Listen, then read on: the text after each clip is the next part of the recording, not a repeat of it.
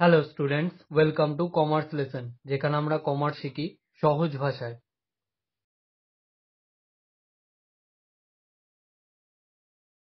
আজকের ভিডিওতে আমরা 812 পেজের এমসিকিউ সলভ করব উইথ কারেক্ট সলিউশন। তাহলে শুরু করা যাক।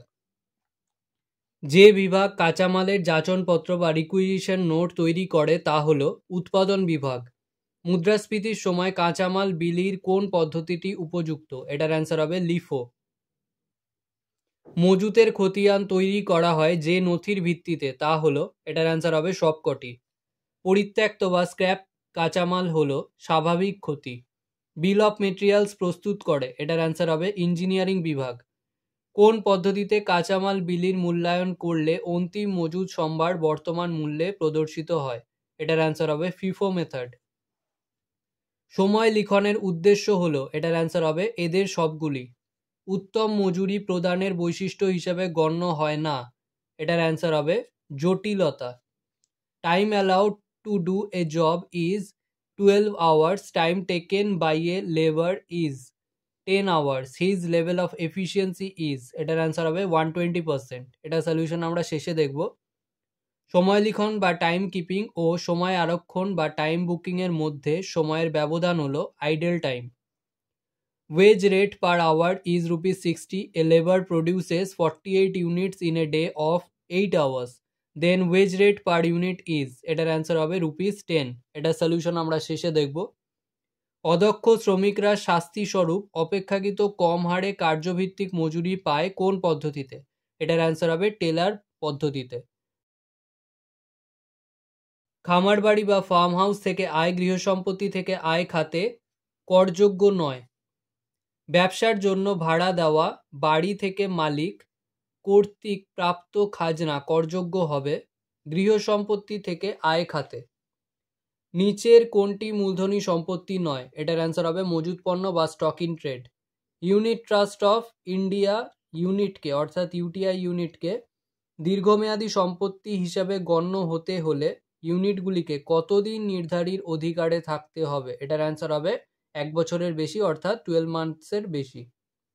An assessee has received a gift worth ₹50,000 from his friend in the previous year. His taxable amount of gift will be, এটার অ্যান্সার হবে ₹50,000ই। যেহেতু ফ্রেন্ড রিলেটিভের মধ্যে পড়ে না, সেজন্য তার থেকে পাওয়া গিফট পুরোটাই কিন্তু ট্যাক্সেবল হবে। ঘোড়দৌড় থেকে প্রাপ্ত পুরস্কারের পরিমাণ 60,000। ঘোড়দৌড় বাবদ খরচের পরিমাণ 12,000। তার করযোগ্য আয়ের পরিমাণ হবে, এটার অ্যান্সার হবে 60,000।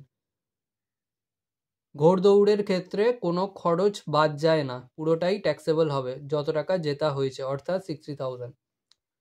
গৃহসম্পত্তি থেকে আয়ের ক্ষেত্রে মানব ছাড় বা স্ট্যান্ডার্ড ডিডাকশন আয়কর আইনের যে ধারায় দেওয়া হয় সেটা হলো ধারা 24। তো অ্যাকচুয়াল বলতে গেলে 24 সাবসেকশন এ, তো এখানে সেটা বলা নেই, তাহলে 24ই হবে। মূলধনী সম্পত্তির হস্তান্তর বলতে বোঝায়, তো এটার অ্যান্সার হবে এগুলির সবই, অর্থাৎ এদের সবগুলি। দীর্ঘমেয়াদী মূলধনী লাভে বর্তমানে প্রচলিত করের হার, এটার অ্যান্সার হবে 20%। কোন ধারা অনুসারে আয়গুলি অন্যান্য উৎস থেকে আয় খাতে করযোগ্য হয়? এটার অ্যান্সার হবে সেকশন 56 বা ধারা 56। ভারতীয় কোম্পানি এবং বিদেশি কোম্পানি থেকে প্রাপ্ত লভ্যাংশের পরিমাণ যথাক্রমে 10,000 টাকা ও 8,000 টাকা হলে অন্যান্য উৎস থেকে আয় খাতে করযোগ্য আয়ের পরিমাণ, তো এটার অ্যান্সার হবে এই দুটো প্লাস করে যেটা হচ্ছে 18,000, তাহলে 18,000 টাকা। ভারতীয় কোম্পানি থেকে লভ্যাংশ আগে এক্সেমটেড ছিল 1034 এর আন্ডারে, বাট এটা কিন্তু এখন এক্সেমটেড নয়, সেজন্য দুটোই আসবে।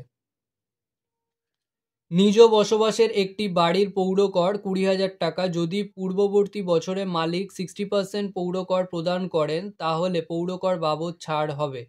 তো যেহেতু এটা নিজের বসবাসের জন্য সে ছিল, তাহলে পৌরকর বাবদ ছাড় কোনো হবে না, অর্থাৎ কোনো ছাড় হবে না।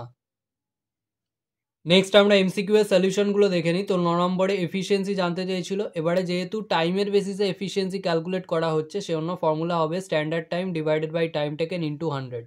তো এখানে স্ট্যান্ডার্ড টাইম ছিল 12 আওয়ার্স আর টাইম টেকেন বা টাইম নিয়েছিল হচ্ছে 10 ঘন্টা, তাহলে 12/10 ইন্টু 100 করে আমরা পাচ্ছি 120%।